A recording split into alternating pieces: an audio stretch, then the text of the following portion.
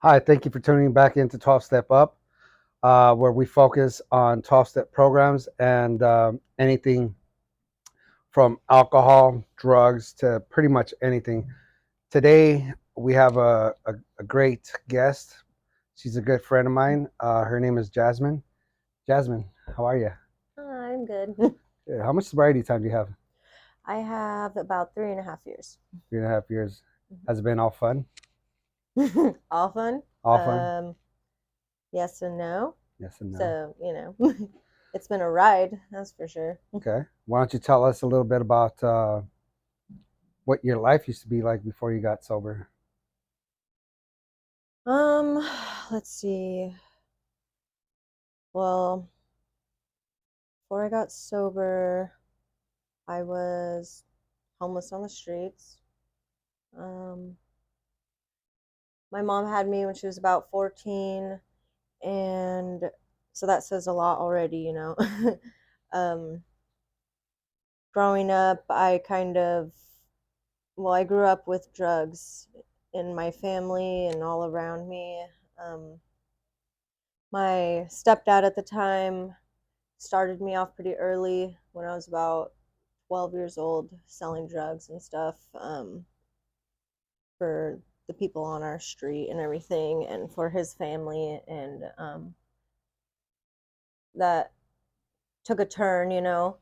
Um, in that kind of lifestyle, things kind of progress. They usually don't get better.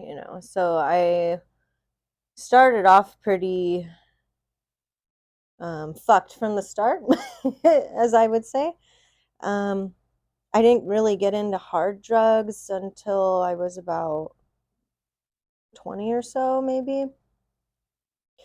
I was just selling them at the time, and actually had big resentments against the harder stuff because my mom was a pretty bad meth addict my whole life, and I didn't ever want to go down that path. And then the things that were happening to me because she was on those drugs. Um, so I was pretty much like a deadhead hippie. Started off with lots of psychedelics and smoking weed, doing all that, and um, you know, eventually you end up with the wrong crowd. um, I went from doing that stuff to um, coming across people that were doing harder shit. And at that point in my life, I was pretty much using anything and everything I could get into my body to cope with the things that had happened to me. And I didn't really have a relationship with my mom. Um, we kind of got separated when I was about 15, because cops got involved in stuff eventually from the shit that my stepdad was doing. Um, so we all got kind of split up. And when I finally did come in contact with her again, the only way we could like cope with each other is, or deal with each other, is by drinking alcohol and using. And eventually we started using together. And um, at that point in my life, that little hippie phase went out the window, and here I am um, doing other stuff. And I think it was like in a year time frame that I lost everything I had. Um, I had raised myself since I was about 15, and I I always worked. I always had money. I always had a roof over my head. I provided all those things for myself. And um, but when I started talking to my mom again, and she had been, I think, clean off meth for I don't know, um, some time. And when we finally started talking again, one way or another, we ended up using together meth, and then that kind of took a turn, and I lost everything in my life and ended up homeless. So you didn't really have a great relationship per se with your mom, a healthy relationship. It's always been kind of like a friend type of Okay, relationship. I okay, don't think I wouldn't call it like a mother-daughter relationship. She's always been like a a more of friend. a friend. So as far as like father figure, mother figure, did you ever have that? No, I think I was probably more of the mom in the relationship. My real dad, I now in sobriety now, and I'll get there, but I didn't know him growing up. I met him maybe a few times. Okay. Um, So having all that, I mean, you're you're using, drinking, it progressed really fast. yeah. Um, so I don't really like to do when I interview people. I don't like to do a lot of drunk log. But Mhm. can you tell me what was one of your life changing uh, experiences as far as like using? Yeah. So, um, like I said, I burned my life to the ground pretty quick. Um, I ended up doing, well, heroin is the one that really got me, but when I went down that path, I I lost my apartment, I lost my job.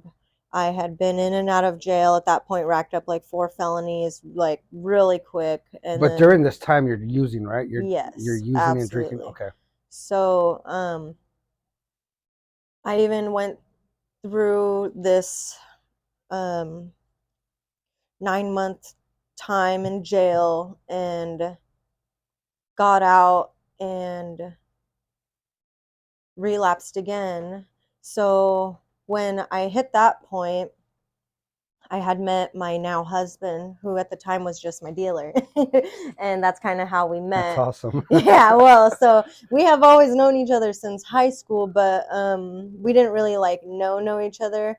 But I met him in on the streets, and he happened to be a dealer. We like to joke about how our moment that we knew we fell in love was we were sitting in a car, and I looked back at him as he was handing me my dope, and we locked eyes for that moment, and it was love at first sight. It's Very terrible, romantic. very romantic, right? But it's stuff we can laugh about today. Right, right. Um, but anyhow, the 9 month time frame that I got locked up for, we had been together for I don't even, my time frame is so out of whack. Not that long, maybe 5 or 6 months or whatever. And while I was in there, he got sober and was, set on being with me when I got out. And he got sober, he got a job, got us a place, got all the things, did all the stuff. He got into a 12-step program. Um, And I was on the inside, like, yeah, when I get out, I'm going to do all these things with this guy because he loves me so much. And I didn't really understand what was happening at that point. I just knew that he was doing all these things because he wanted to be with me. And I, part of me didn't even believe it. I was pretty skeptical. So when I got out, you know, I I get put into this place and our apartment or whatever, and he's like, let's go to some um meetings or whatever for the recovery he was doing. And I was like, okay, so here I am getting thrown into this recovery stuff that I had no idea about. I never knew anything about anything. I heard a little bit about like Celebrate Recovery when I was inside of jail, but I never, like, it was nothing that I really.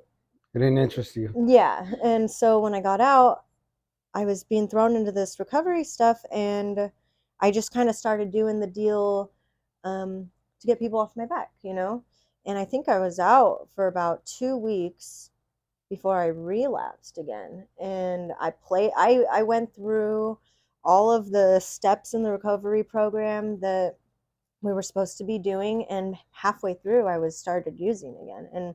And my husband had no idea. And Now, that this program, nobody Like the court didn't order it. You because your husband wanted to do that.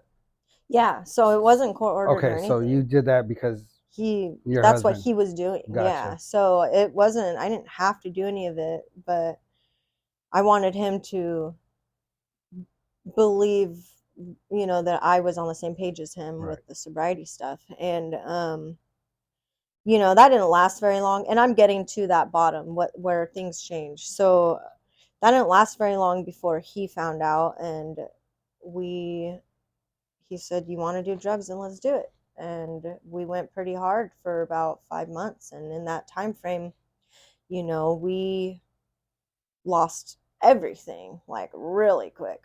Like, really quick.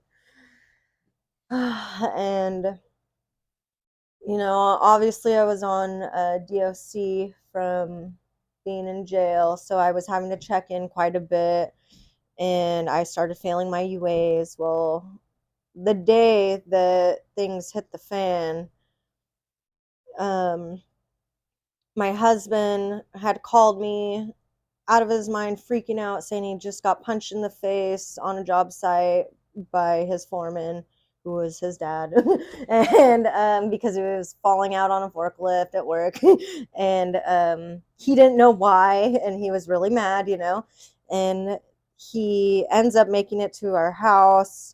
And while he's freaking out, I was like, "Well, I gotta go check in, to DOC.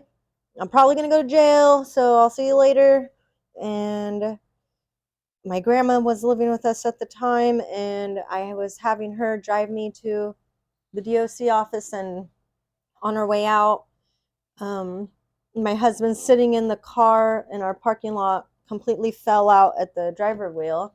He had pulled in after he had called me and fell out right there. And so I just knocked on his window. I was trying to wake him up. I'm like, "Hey, I'm going to jail probably. I'll be back." And he didn't respond. Anyways, fast forward, I get there. I had this bright idea that I was going to fake my UA. And so I tried that, and it didn't work. So I got caught faking a UA and got booked into Benton County. And I'm sitting in booking, and the Benton County nurse, um, she calls me. She says, "Miss Mendoza, come here." And I get up and I go in. She's like, "Hey, you're pregnant, by the way." And I'm like, "What the fuck?"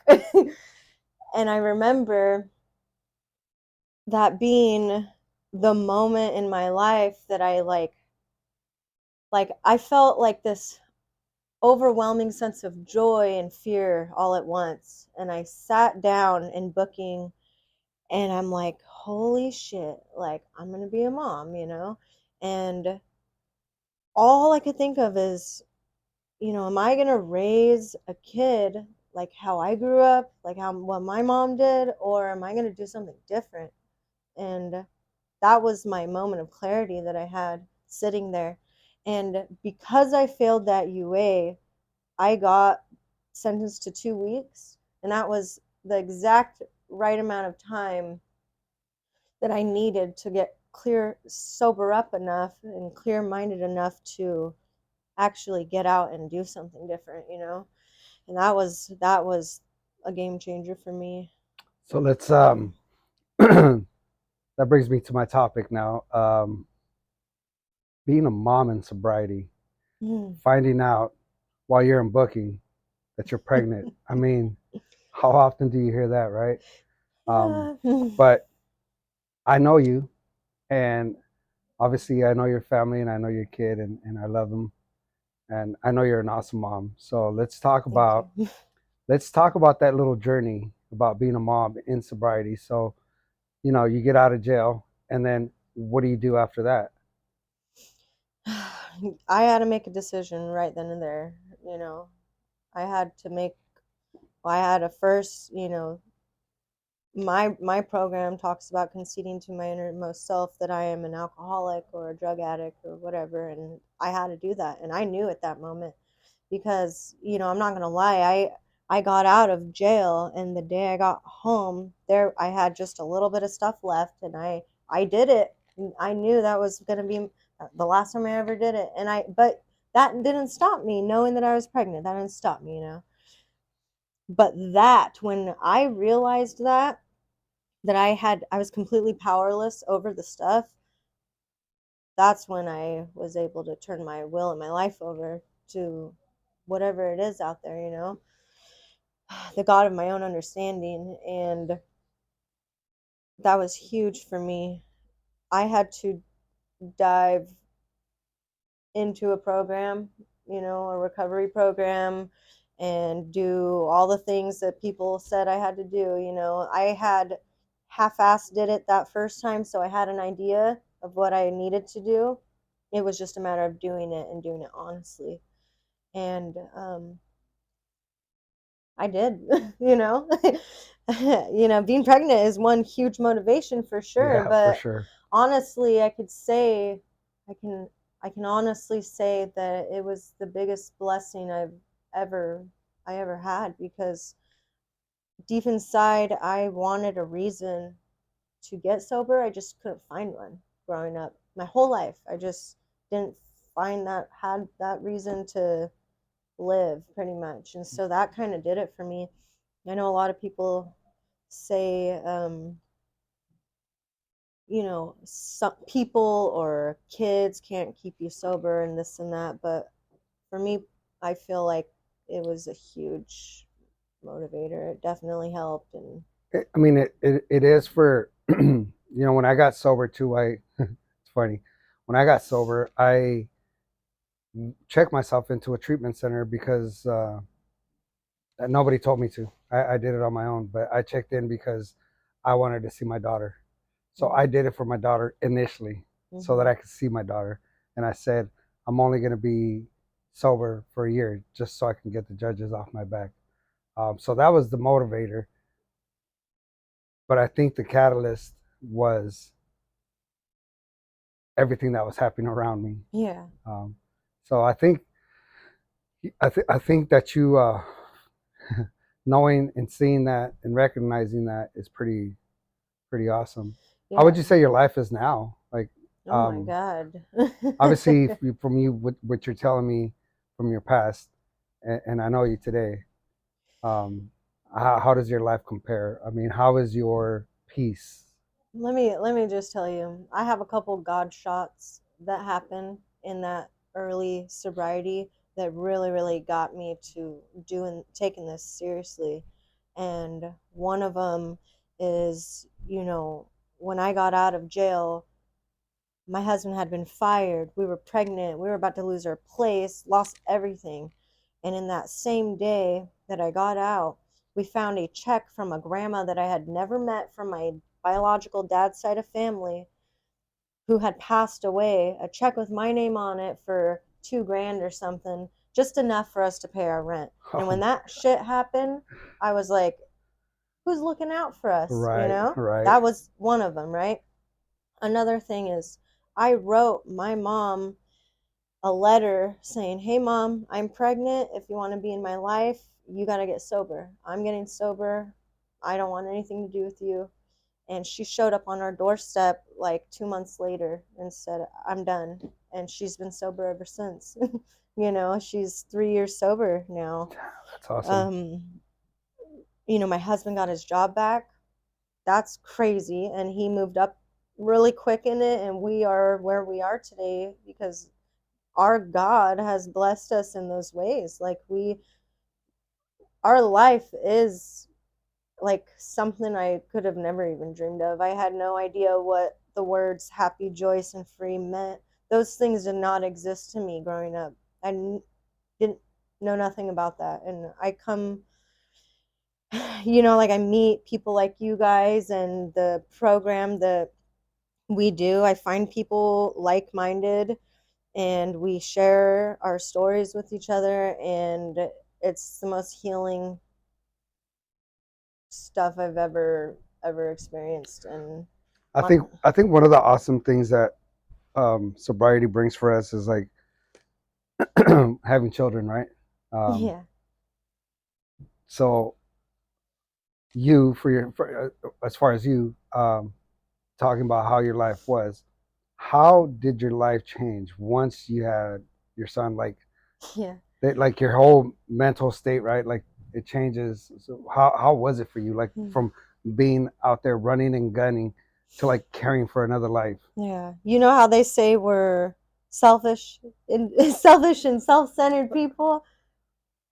You know, having a my own kid has really gotten me out of myself, right? I'm living for another little being, You don't and really have a choice, right? Like you right, have to get out and yourself. but you know what? I would not trade it for Yeah. anything. It is absolutely something even on the hard days that I wake up and I'm like, man, I only got so much hours of sleep. And, I'm a stay at home mom. I'm blessed to be a stay at That's home right. mom today. That's Like, that's my badass. husband, he gets to go work and I get to be here with our son. And not a lot of people get to do that. No, not So anymore. even on the hard days, I have to remember that, because where I came from and where I am today, like, I get to give my son what I didn't get, Right. growing up, and that's a huge deal for me. And I enjoy the shit out of it. Yeah. Honestly, Yeah. it's a Yeah. lot of fun. But he has ripped my heart wide open. I'm like completely raw, man. Like, I can't even explain it, and it's been such a beautiful experience, and it's been pretty. It's been awesome. It's been a hell of a ride for sure. What would you tell Mhm. women out there that are having like a hard time, Mhm. that can't seem to find, like you said, a reason to live, a reason to get sober? What would you say to them? Oh, I don't know. I feel like,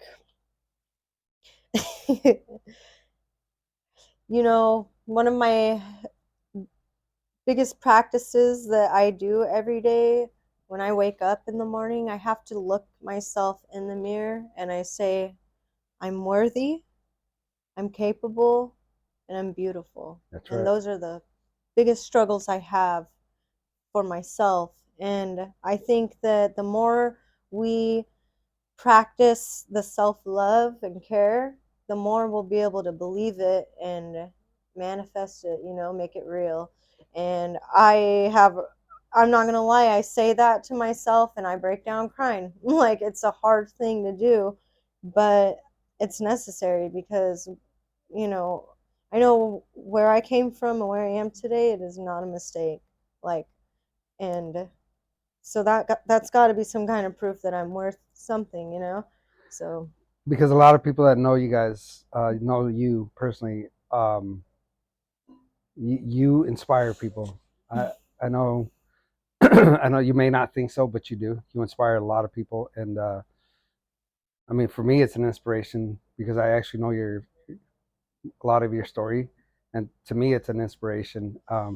But that's me, right? And so, like, what would you, like when you help another female with your 12-step program?